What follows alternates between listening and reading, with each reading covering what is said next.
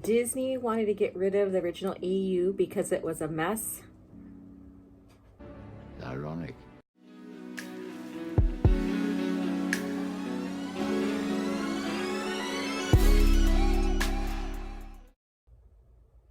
This is OG Star Wars, your Legends girl, trying to make it in this discanon world.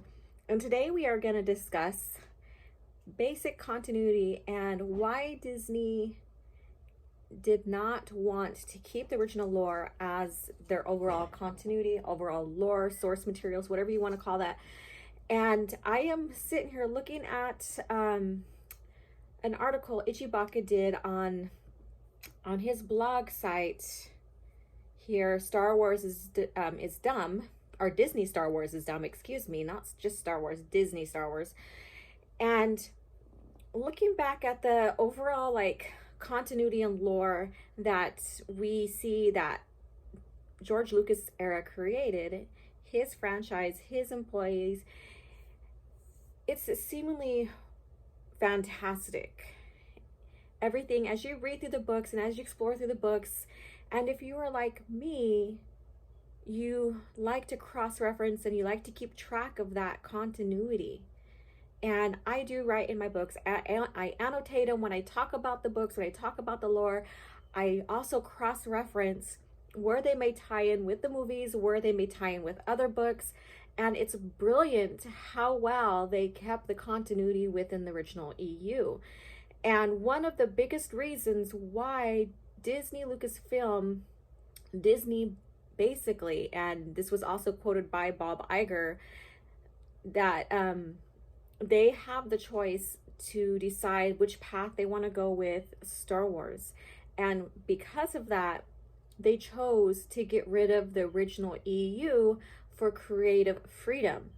And so we have this going on now where we've seen multiple times that's published on social media, on news sites, whatever, on Twitter, on social media, whatever, that one of the Lucasfilm heads people like Kathleen Kennedy will say, we don't have source materials, that we have to, come up with ourselves. And we have a brilliant storylines, so she really talks everything up, but actions speak louder than word. We are seeing Kenobi now being put back on the back burner because they want to rewrite it. They're saying it's rehashing or going over same plot or whatever with the Mandalorian, which does not make any sense with me because Mandalorian occurs after the original trilogy. When you look at how they want to base, well, Kenobi will be before, because we all know that Obi-Wan Kenobi dies in A New Hope. So I don't understand how that is rehashing the same storyline when they're totally different, opposite type stories.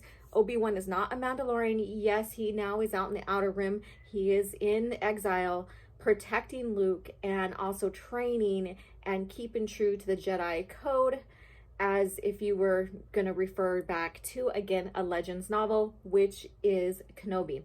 And I highly recommend that. And I'll touch bases on that real quick before we move on. So Kenobi, I really don't care or want to watch an Obi-Wan Kenobi series on Disney Plus, and that is mostly due to the fact that I already love the story and his growth in the original EU. Part of that comes from what they did with Han Solo in Solo, a Star Wars movie. We all know they're not going to keep continuity, so we aren't going to get a good story. We aren't going to get what we love. There's going to be something inserted in there that's not going to sit well with the fan. That's just their history. And it's all for their creative freedom. And their creative freedom seems to lean towards politics and towards inserting diversity, which doesn't need to be there, because in the story, I don't need to worry about diversity. George and his team did it well. We had countless diverse species, humans, genders, name you, but it wasn't shoved and forced upon you. It was well written in the stories, given to us brilliantly, and it wasn't like, bam, stuck in your face kind of deal. So that's one reason why I really don't care about Kenobi coming out, because I'd rather just have him not be tarnished with what Disney's going to be doing, if that makes sense. And, you know, if you disagree with me, that's fine. You know, we can agree to disagree, whatever. That's just my take on it. Again, read the Kenobi novel. Maybe you'll understand a little bit more. And that's why I also had not a bad feeling, but it didn't sit well with me with how the Mandalorian interacted with the Tusken Raiders. When you do read more about the Tusken Raiders or the Sand People in the Kenobi novel. So I digress. So on this article, there is, and I'll show the picture here as well, there is a comic out regarding Palpatine. And this is from the 2019 TIE Fighter comic book series. And what's so interesting about this, and why I'm pointing out this irony of Disney saying we're no longer going to use the original EU because it was a mess, it was jumbled, it didn't make sense, we didn't want to, you know, deal with it, is that they are making a huge mess out of their own continuity. So I say hypocrite, right? All right, so let's go on with this. So there's this image here, and I'll share right here. The emperor has no wife, no children, no lines of succession if he wanted this so-called empire to continue in his name. So we have it here in this comic book that he has no wife, no children, nothing in his name. But then yet we get Rise of Skywalker. So this is 2019. And you know, we just barely got Rise of Skywalker. So this came out probably in the same time as we were getting production or getting the movie and the production going with the Rise of Skywalker.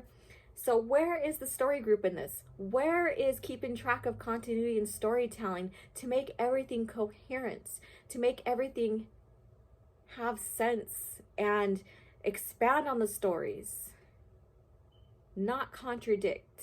So now they're going to have to retcon this maybe. And maybe they're going with parallel universe. I don't know. And so that was shared on Itchybacca's Disney Star Wars is Dumb. And again, I'll share the link below, and you can read all the other amazing articles that he does. I love getting tagged in his content when he comes up with some new content.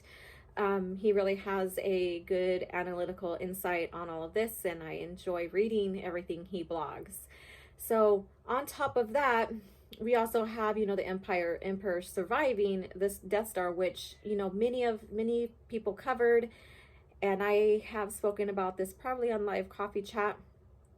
And that's another thing, is that he survives the Death Star explosion, and now they're gonna have to explain that on top of them explaining the Palpatine has no children and has no successors, basically. But then again, now we do have a successor who took the damn Skywalker name, which is bullshit. They should have just kept her Palpatine. Maybe that would have been the revenge against Palpatine, her being on the light side and making the name into a good name once again. And but no, they had to give her that. And to me, that's bullshit. It takes away the arc of the Skywalkers. It takes away the Chosen One arc. It's just one little piece of it that it fits in the puzzle of taking away the Chosen One's arc, taken away from Anakin, and also taken away from Luke. So there you have it, you guys. Please go visit Itchybacca's blog. Find him on Twitter. Thank you so much, dear. And I just thought this was very interesting. Again, it's ironic. There's a lot of hypocrisy here when it comes to Disney Lucasfilm saying they didn't want to use the original EU because it was a mess and they wanted their own creative freedom, and apparently their own creative freedom is a huge clusterfuck mess. So you guys have a good day. Subscribe, share, and like. Go purchase some merch that helps my channel really, really significantly. And find me on Twitter. Leave a comment below. Let's have a discussion about this. What do you think? What do you see when it comes to Disney Lucasfilm? What are the contradictions you noticed so far? And maybe I haven't pointed out yet, so I'd love to hear from you. All right. May the Force be with you, and have a good day.